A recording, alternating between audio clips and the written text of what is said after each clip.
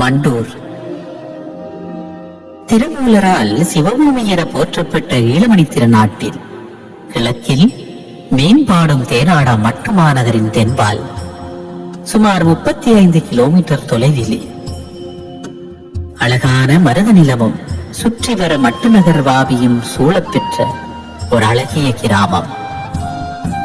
மண்டூர் என்றதுமே அனைவருக்கும் ஞாபகம் வருவது மண்டூர் கந்த சுவாமிதான்.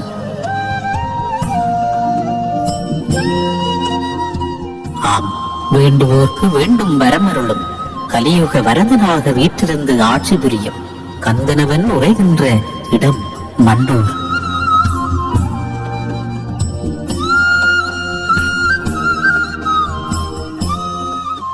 சூரபத்மனை அழிக்க முருகன் எடுத்த வேல் வாகூர மலையை பிளந்து 3 கூறாக பிரிந்து வந்ததாகவும், அதில் ஒன்று மண்டூரில் தில்லை மரத்தில் வந்து பாய்ந்ததாகவும், இதனை கண்ட வேடுவர்கள் வேலையை எடுத்து தில்லை மரத்தடியில் கொத்து பந்தலிட்டு வழிபட்டு வந்ததாகவும் வரலாறுகள் கூறுகின்றன. அன்று முதல் இன்று வரை மண்டூர் மக்களின் நாயகனாக மட்டுமல்ல, தமிழர்கள் எங்கெல்லாம் சரிந்து வாழ்கின்றார்களோ அங்கெல்லாம் மண்டூர் முருகன் பேசப்படுகின்றார்.